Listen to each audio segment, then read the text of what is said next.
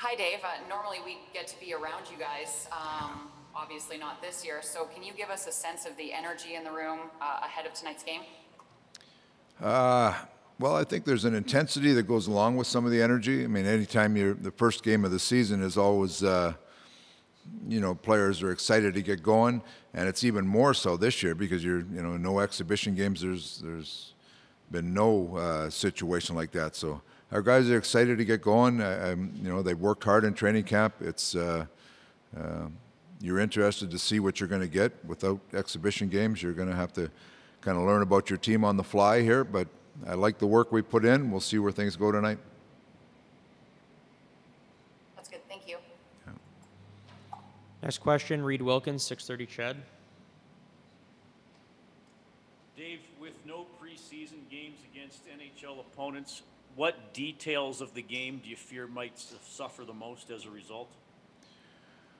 Well, I think the details of your own game, everybody's been preaching those for the 10 days of training camp, but the difference is getting in and just the intensity and the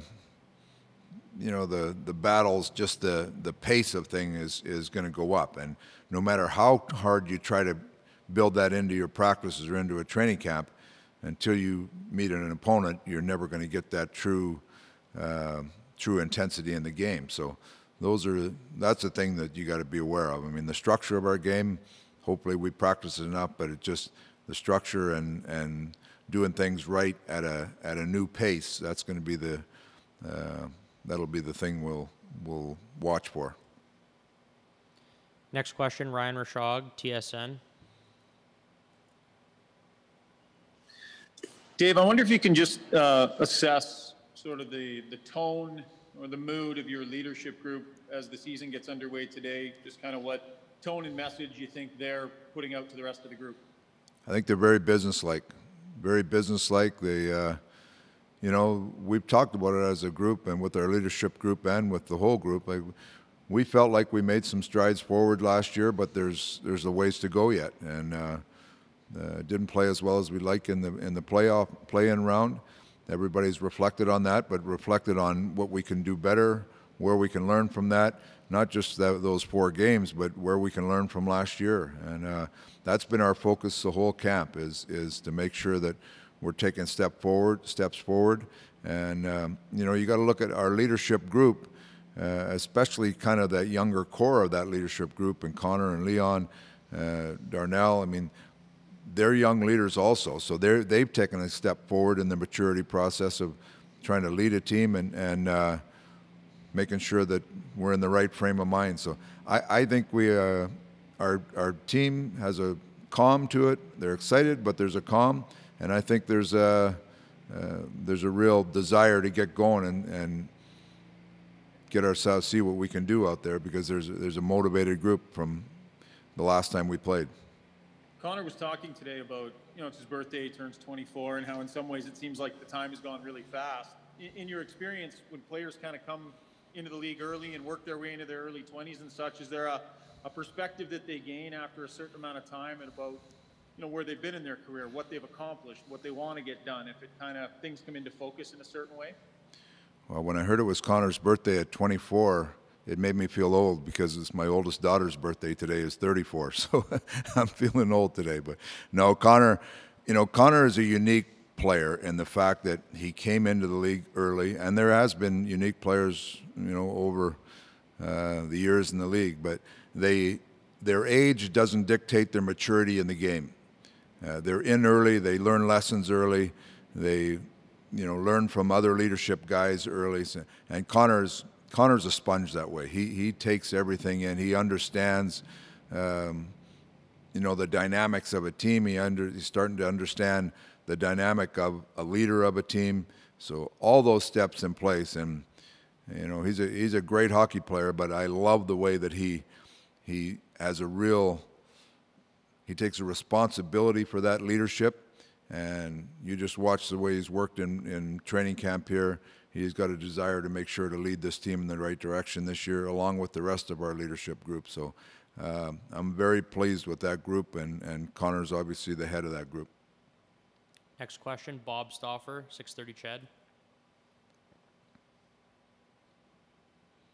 Hi, Dave. A couple things. We all know about the added depth up front at forward. Do you think based on what you've seen so far in training camp, the defense is moving the puck better?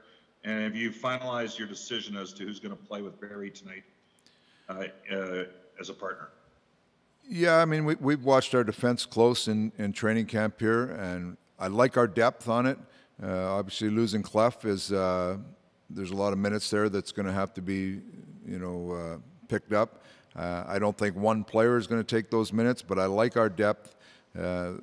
Players like Jones has come in, had a very good camp. Very good camp. He looks ready to go. He'll play with Larson.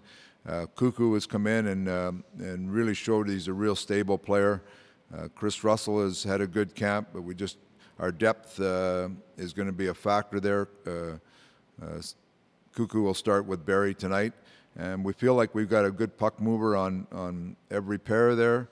And the one thing that we've talked about our defense group is we have balance, and any given day you can't anoint this is the first pair, second pair, third pair.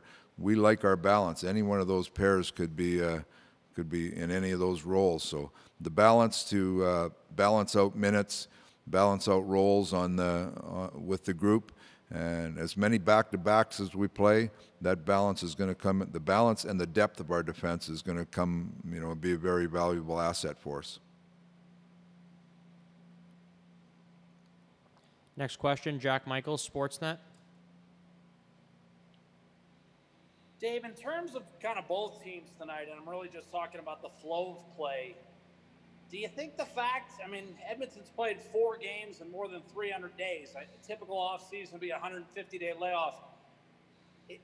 Is there any sense that will come into play, or do you expect a hockey game to look much as you'd expect on opening night? I think there'll be lots of energy. Early in the season, doesn't matter if you're off 150 days or 300 days. It's early in the season, you're going to get more out of I think excitement and emotion than it is rust.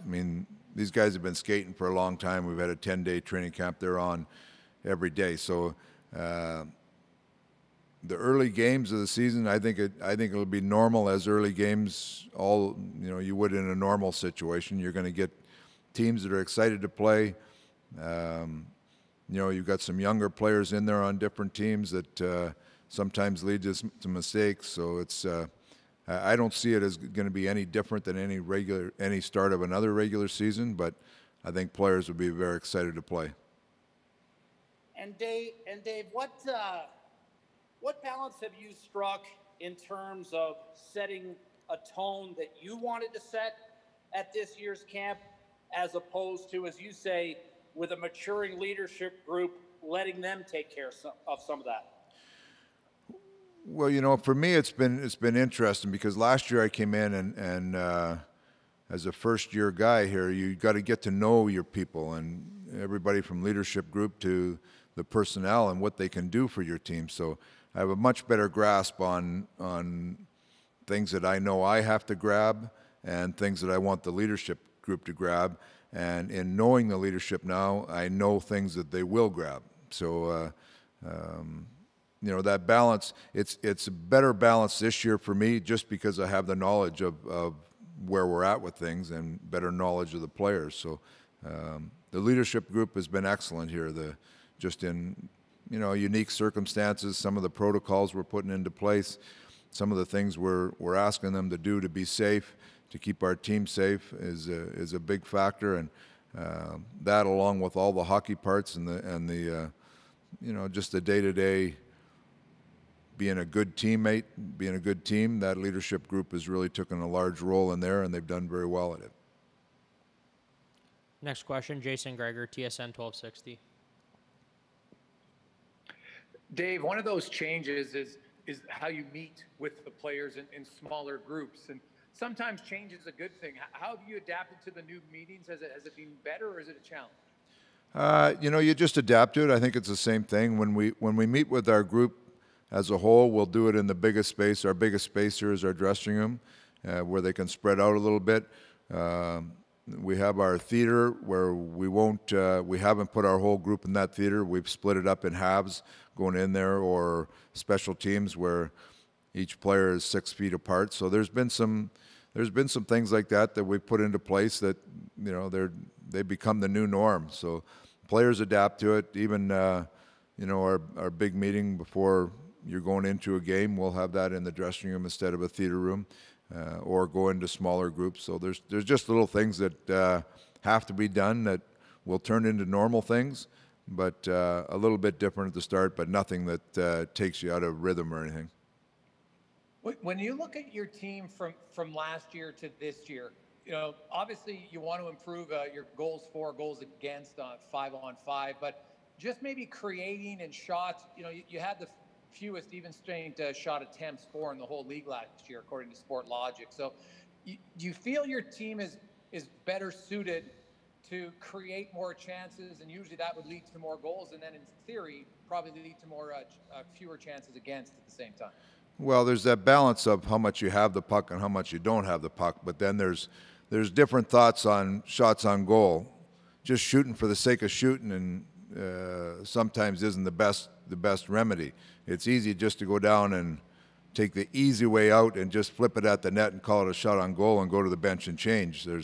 I would rather have a player try to do more than that.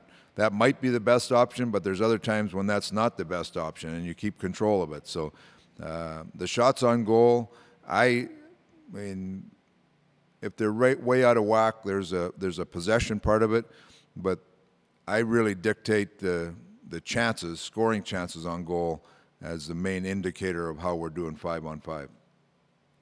Last question, Jim Matheson, Post Media.